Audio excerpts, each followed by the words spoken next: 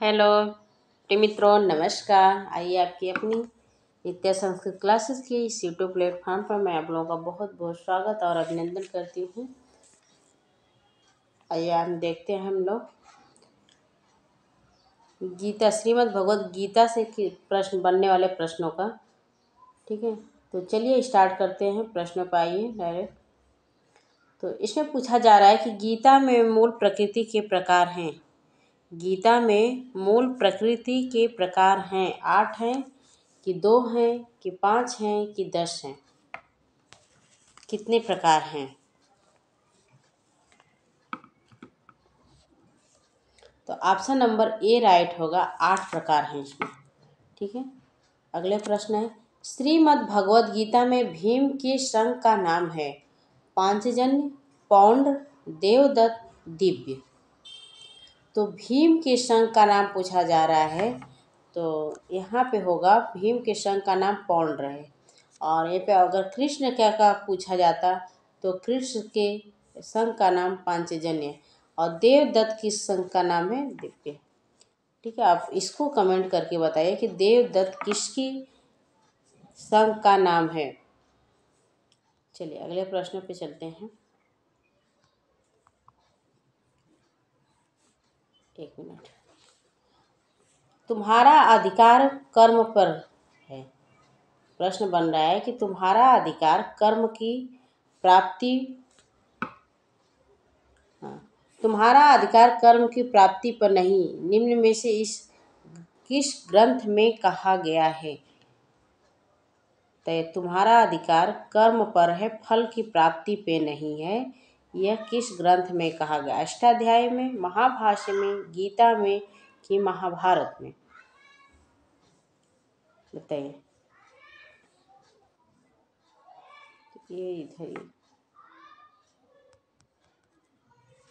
तो ये गीता में कहा गया है तुम्हारा अधिकार कर्म पर है, फल की प्राप्ति पे नहीं। कृष्ण भगवान ने अर्जुन को समझाते हुए बोलते हैं कि आप अपना कर्म करो, फल की इच्छा नहीं करो। कर्म जैसा करोगे फल वैसे ही मिलेगा। समत्वम योग उच्यते किस ग्रंथ से संबंधित है? समत्वम योग उच्यते किस ग्रंथ से संबंधित है? रामायण, भगवत श्रीमद् भगवद गीताया, विदुर नीते, योग सूत्रात्। Option number A B right होगा, श्रीमद् भगवद गीताया। श्रीमद् भगवद गीताया विश्वरूप दर्शन योगः अस्ति। विश्वरूप दर्शन किस अध्याय को कहा गया है? 10वें अध्याय को, एकादशी अध्याय, प्रथम अध्याय, त्रयोदशाध्याय। 10वें अध्याय अर्थात 10वें अध्याय को कहा गया है। पहले जान लीजिए गीता में कितने अध्याय हैं। तो गीता में कुल 18 अध्याय हैं। तो इसमें पूछा जा रहा है कि विश्वरूप दर्शन किस अध्याय का नाम है? 10वें अध्याय का नाम है कि एकादशी अध्याय नाम है, अर्थात 11वें अध्याय का नाम है कि पहले अध्याय का नाम है कि 13वें अध्याय का नाम है? तो विश्वरूप दर्शन जो है ये 11वें अध्याय का नाम है। ऑप्शन नंबर बी राइट होगा इसमें। ये प्रश्न है नैनम छिद्यन्ति शास्त्राणि नैनम दहति पावक न च नैनम क्लेदन्ति तापयो न शोष्यति मारुत। प्रस्तुत श्लोक जो है यह किस ग्रंथ से लिया गया है?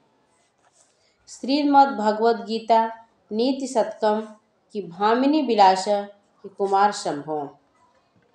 देखिए इसमें कहा जा रहा है कि न छिद्यन्ति शास्त्राणि, न ही शास्त्र उसको छीन सकते हैं, न अग्नि, पावक मिस क्या होता है, अग्नि उसको जला सकती है, न वर्षा उसको भिगा सकती है, न हवा उसको सुखा सकती है।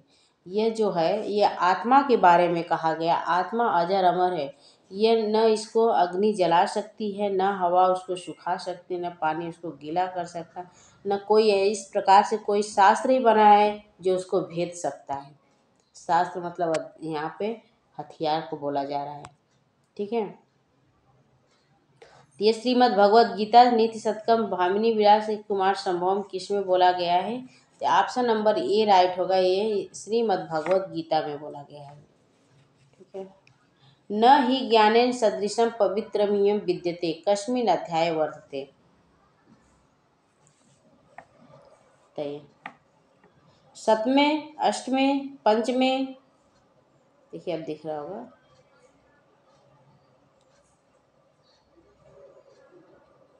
हाँ बताइए, सप्तमें, छठे, पंचमें कि चतुर्थे, किस अध्याय का है?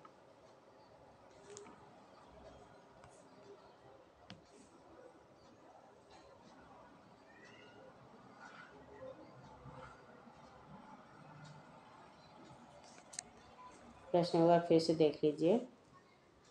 करें न ही ज्ञाने सदिश पवित्रम इव विद्यते, अश्विन अध्याय किस अध्याय से है?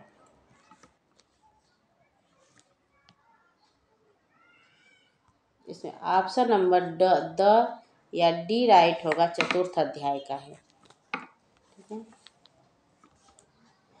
नाच तो विद्यते भाव न भाव विद्यते स ली गई है। यह जो लाइन है ये किससे ली गई है? तो यहाँ पे देखिए तर्क भाषा लिखा हुआ है, यहाँ तो पे तर्क लिखा है। ठीक है। तर्क भाषा से, वेदांत सार से, श्रीमद् भगवद गीता से कि सांख्य कारिका से, किससे ली गई है? तो इसमें ऑप्शन नंबर सी राइट होगा, श्रीमद् भागवत गीता से ली गई है। तो आज के लिए इतना ही। नमस्कार, जय हिंद।